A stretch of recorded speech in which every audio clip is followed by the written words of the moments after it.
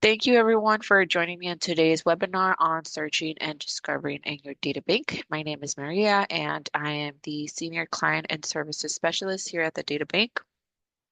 Today we're going to go ahead and start your journey in discovering all there is to know about your data bank system.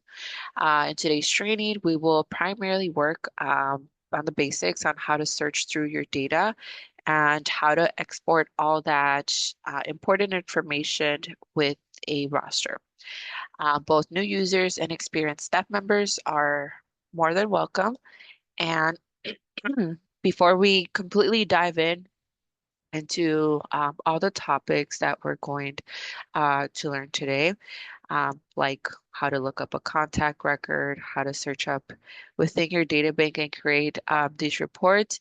I do want to give everyone a gentle reminder that under your help drop-down menu located on the left, you are able to access our support center, which will have more of the frequently asked question support articles along with the webinar recordings that we'll be updating there as well. Additionally to that, if there are any questions that you think of, whether it's, outside of this training or at any point in time, you can feel free to reach out to us via the support request, and this ensures that one of our tech representatives gets back to you in a timely manner. And last but not least, if you haven't done so already, we do have additional webinars that we'll be hosting. And again, these are complimentary for either both new or experienced staff users, and feel free to take advantage of those. So let's go ahead and dive in. And what we're going to go ahead and explain a little bit is our current page. So normally speaking, when you log in into your data bank, you land into this dashboard. Gentle reminder here today as well that the data bank that I am using today is for demonstration purposes only. It's a test data bank and it doesn't actually represent real life data or um, identifiable information of real individuals as it is test and all fake. So here you see that we have our dashboard, and right off the bat, you get an overview of what's going on in your data bank. Depending on what tiles you want to demonstrate on your screen, it's what it's going to show here. If you notice here in the gear icon, by clicking on it, you are able to customize and update your summary cards, your what visual charts to view, and also the summary list.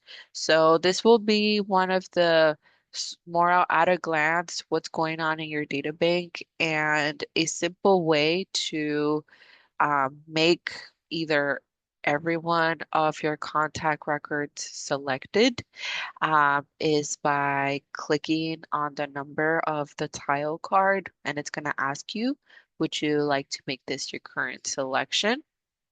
And I'm going to go ahead and click OK. So you'll notice that really nothing new happened on my screen, but if I wanted to view the number of individuals that I had selected based on the tile card, all I'm going to do is go to Contacts dropdown and click View Selected. So this is going to allow us to, one, view all of the contact records that exist within my data bank, right? So your data bank system is composed out of contact records, whether they're individual contact records, whether they're organizational contact records, um, or depending on the terminology that you would like to use as well. So in theory, you have your personal business contact records, company contact records. All will fit the same criteria. They'll all have the same fields. It's just a matter of one, what information is set up for that individual contact record, and also what fields are filled out. So if, give me one second. So like for instance, if we have, records here that again we're looking at a glance that they have the company name, that already tells us these are the organizational contact records. Again, I didn't quite specify or try to segment my individual contact record uh, versus the organizational one. Um, but the way that I will know who is an individual contact record in itself is, instead of seeing the organizational name within the name field, I'll see, the first and last, right? So going back to the dashboard, again, want to make sure that we know how to get around through with your data bank and understand, what we see in our screen.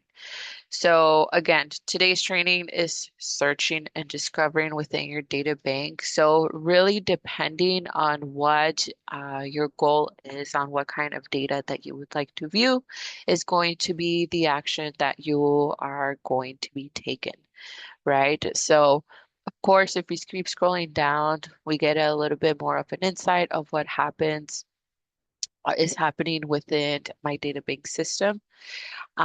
If, for instance, I have my contact records and all I really want to look is um, contact records that, reside in two different states, right? So in reality, the best way to search and look up contact records, again, just depending on the criteria that you want to specify, all of those are going to be available under the search dropdown. So under the search dropdown, you'll notice that there's an easy query.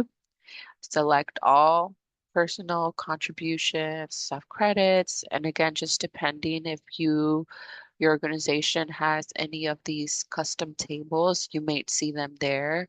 But if you don't see all of these options on your particular setup, that's okay. That just means that these tables weren't part of the setup for your particular database. However, if you are interested in knowing more about any of these other sort of custom tables, you can feel free to reach out via support request and we can expand and elaborate a little bit further on that.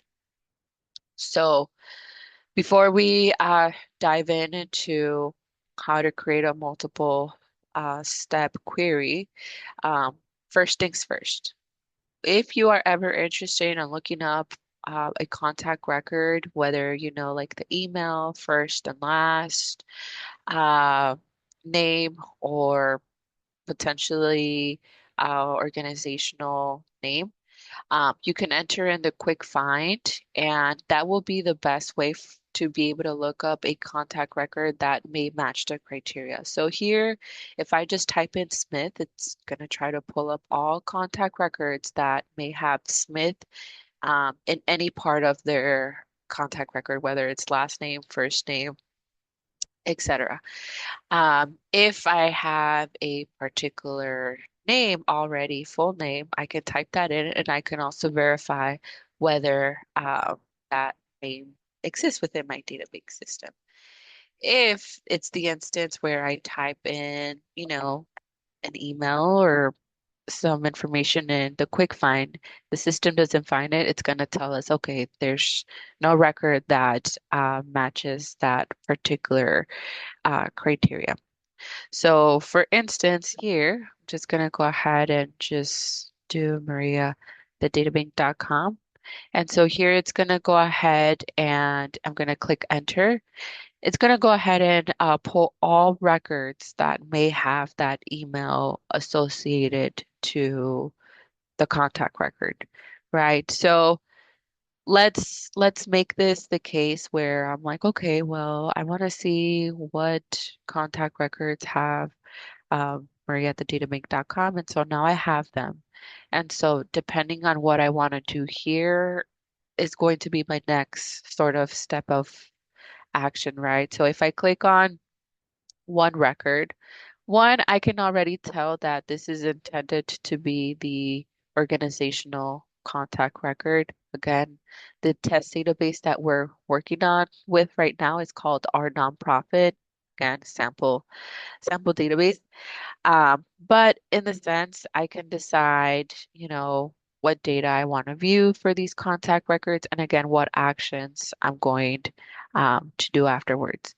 We're not going to go too much in depth today on what kind of fields pertain to a contact record and how they're all set up, as that will be something we'll touch base on our next training. But for the sake of this demonstration, I just want to highlight one of the features that we'll be talking on later on. And that is going to be this sort of mark duplicate checkbox.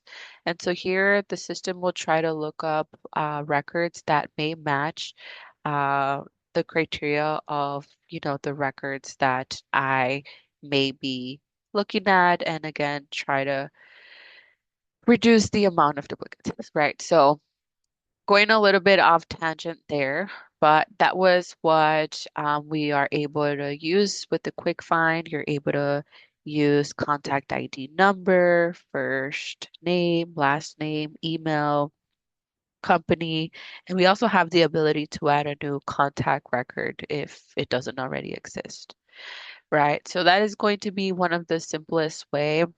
However, under the search dropdown, we also notice that there's that easy query.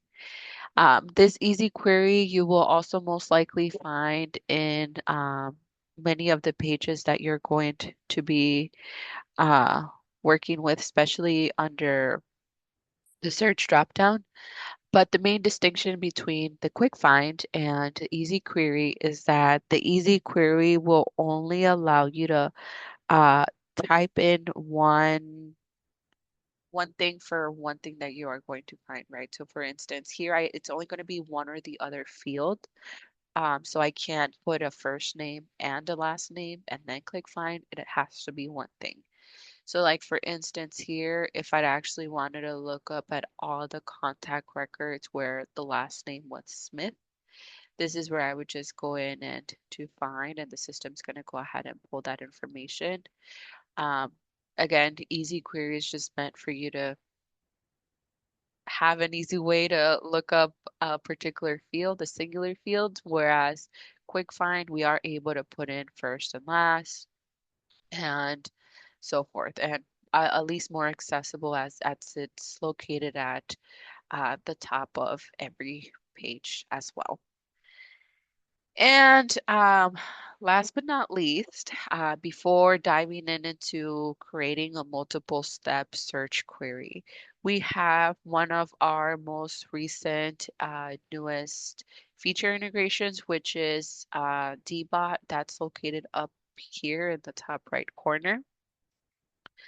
So with Dbot, you also have a way to be able to prompt it with a particular set of query that will only look up personal contribution, subscription, and activity data. So what does this really mean?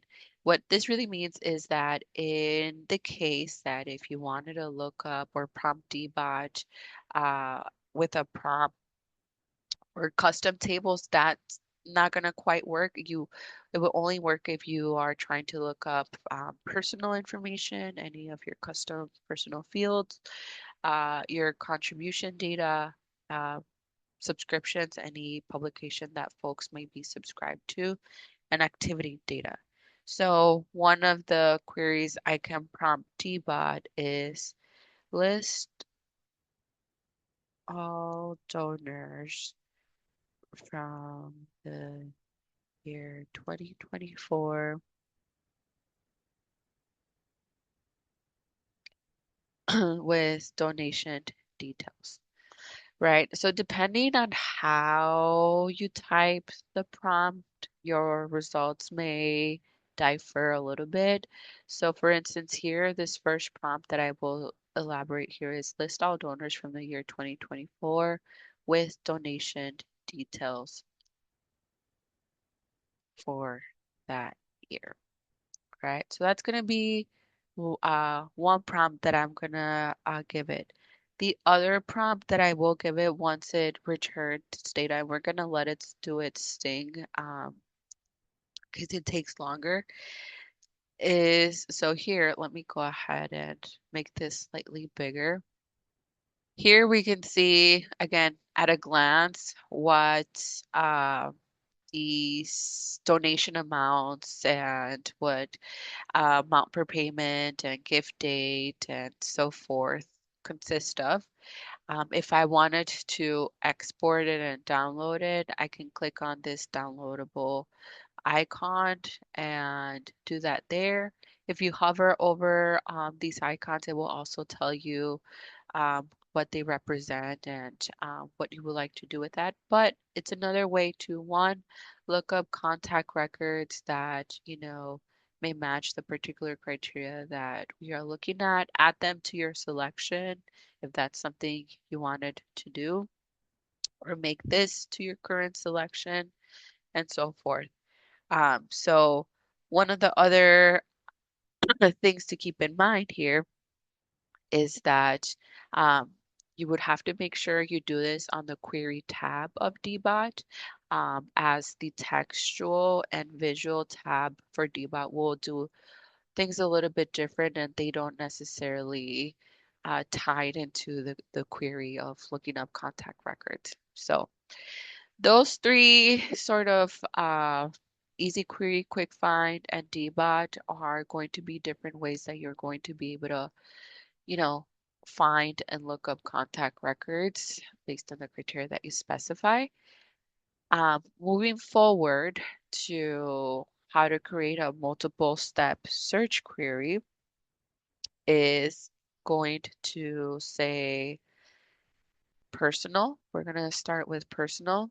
And so because we already had selected uh, the group of individuals prior to going into the search drop down and then clicking personal, we see here at the top that we have a selection mode. So what does the selection mode represent? So if you're starting off from a clean sort of search, meaning you didn't have any prior selected contact records, you won't necessarily see this, but if you are building upon your query, you will. So here, by selecting new, you are telling the system that whatever criteria that you specify here is going to replace whatever existing selection you may have already had.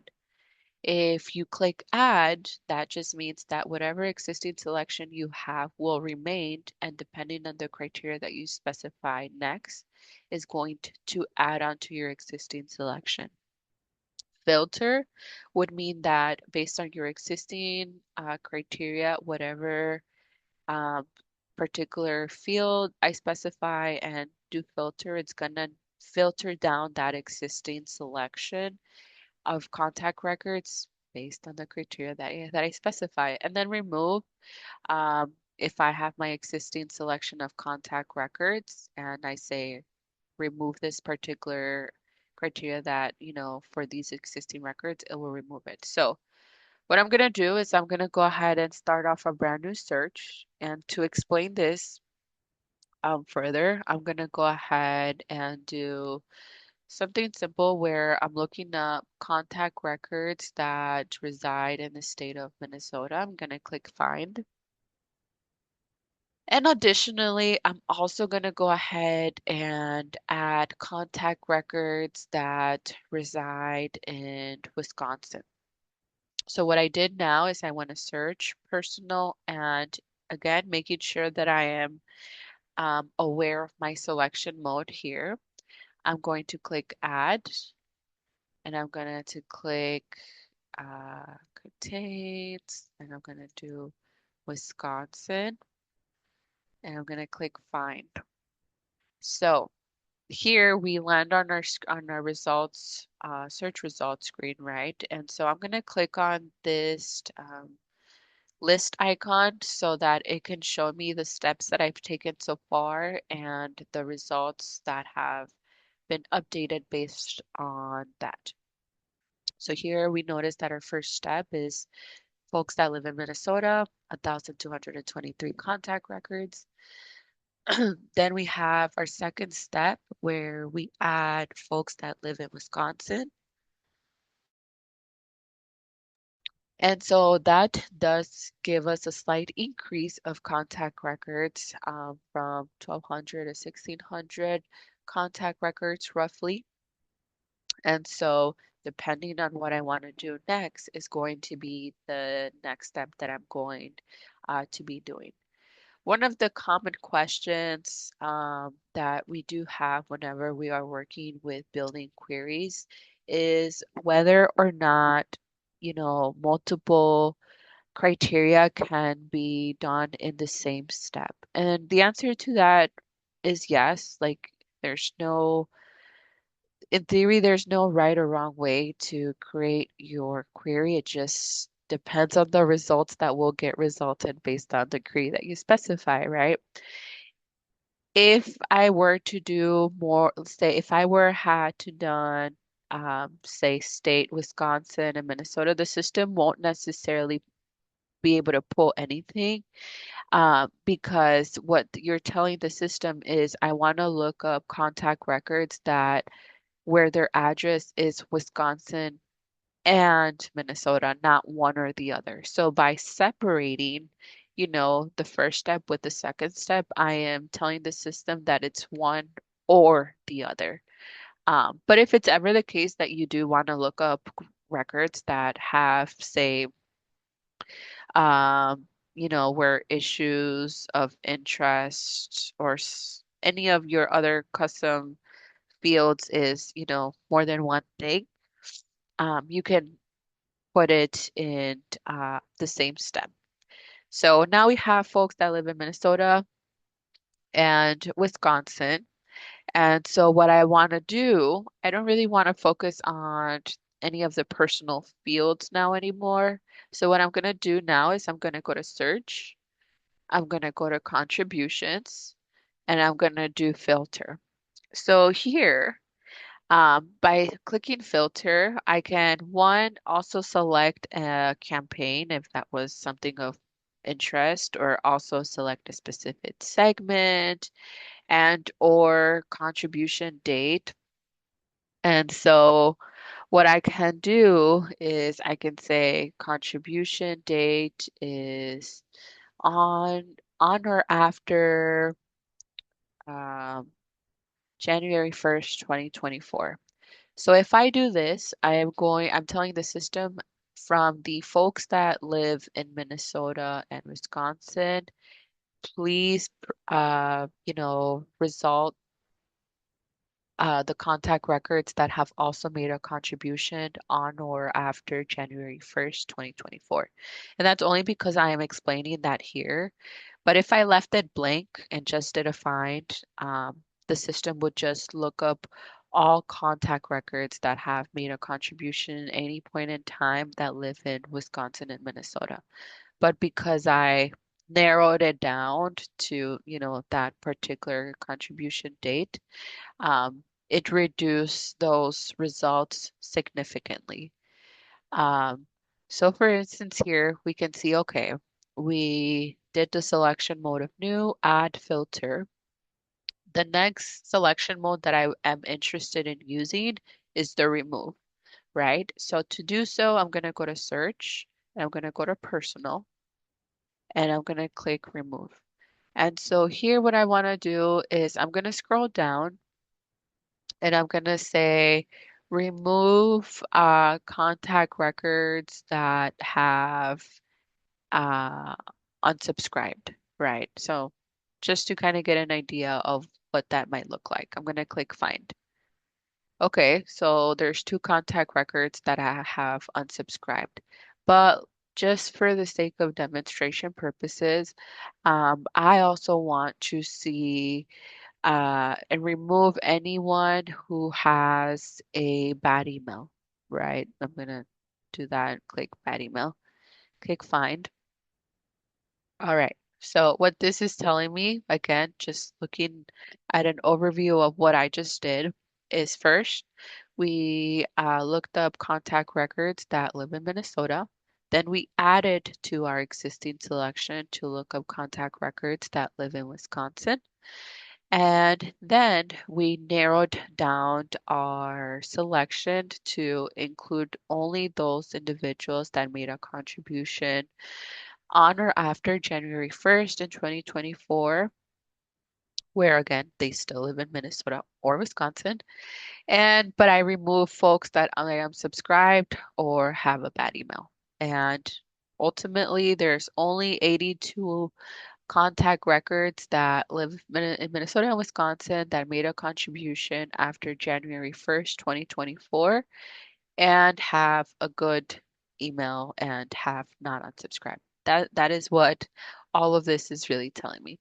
So if it's the case that you've created a multiple search query, you can go ahead and either click on that list icon, hamburger icon. You can also click on this diskette icon here, so that you can save your search. So when I say you're saving your search, you're not necessarily saving your results.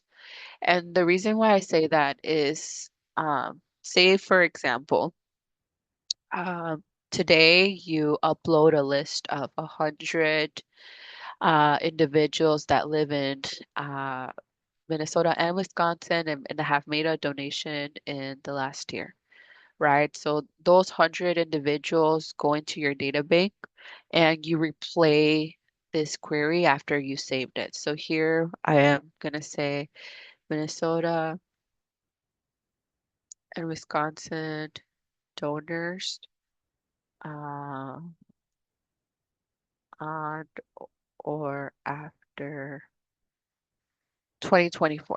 And I can be a little bit more descriptive if I want in the description box. And then the folder, this is going to be where your particular safe search is going to reside. Or if you want to create a brand new folder for, these kind of particular searches, you certainly can. Also going to check off this checkbox where it's going to allow other users to replay that search. But ultimately, I save this search, and if once I've uploaded those 100 individuals, my number no longer will be 82, but rather 182. So that's just one important note to keep in mind is you can save your save searches, but most likely than not, if you are having up-to-date data that reflects the same criteria that we've specified in the search, that's also going to get updated. Um, and of course, the best way to access your safe searches are going to by click on the search dropdown, scroll down, and you'll see the last option will be saved. And so depending on where it is that you attribute your saved search to what folder, that's going to be where you go. And so for instance here, I'm going to go ahead and sort by the last run here so I can see my saved search. And I can go ahead and either click edit or click replay. If you are clicking edit, you can edit your existing safe search. But one thing to keep in mind is that, say, for instance, I want to update the date of when this happened, right? So I click edit, and I can only edit the criteria in this particular step. Like I can't go into another, say, section and try to edit a step there because that step is not necessarily existing in that other page. But for example, here I can say I want to know the donors for on or after June 1st, 2024. So I'm going to go ahead and click save. I can go ahead and replay whether or not it's going to have different results. I'm not entirely sure, but we'll take a look at here in just a moment. So I've updated my safe search based on that particular step. And so now I have my end results of 19 compared to what it previously was. Um, so that's what we can do with save searches, but I'm going to go back to our results screen. And so one of the things that I want to go ahead and highlight in our results screen, besides, looking up your current search, creating a safe search through there or through the diskette, is we have our other two options here. So this first gear icon is actually going to allow you to update what fields you can display on screen for your current selection. So by default, you'll most likely see your edit, contribution, activities, name, full address, email, and go to. But if there are additional fields that you would like to view on screen, you can click and drag that particular field down to the viewing column section, and it will update uh, what you're viewing on your screen. So for instance, here, if I wanted to look at the contact IDs because somehow that's relevant, I can go ahead and click and drag that, and it's going to add that to my screen. Or if, for instance, I wanted to also see their most recent contribution date, um, it's going to go ahead and pull that information on screen. Otherwise, if I'm kind of done, viewing what's on my screen and I want to build a roster based on my selection, there are a couple of ways that you can go about this. The first way is to go to reports. I'm going to just open in a brand new tab so I can just come back. So go to reports, and depending on the kind of data that you want to view, that's going to be the report that you're going to be looking at.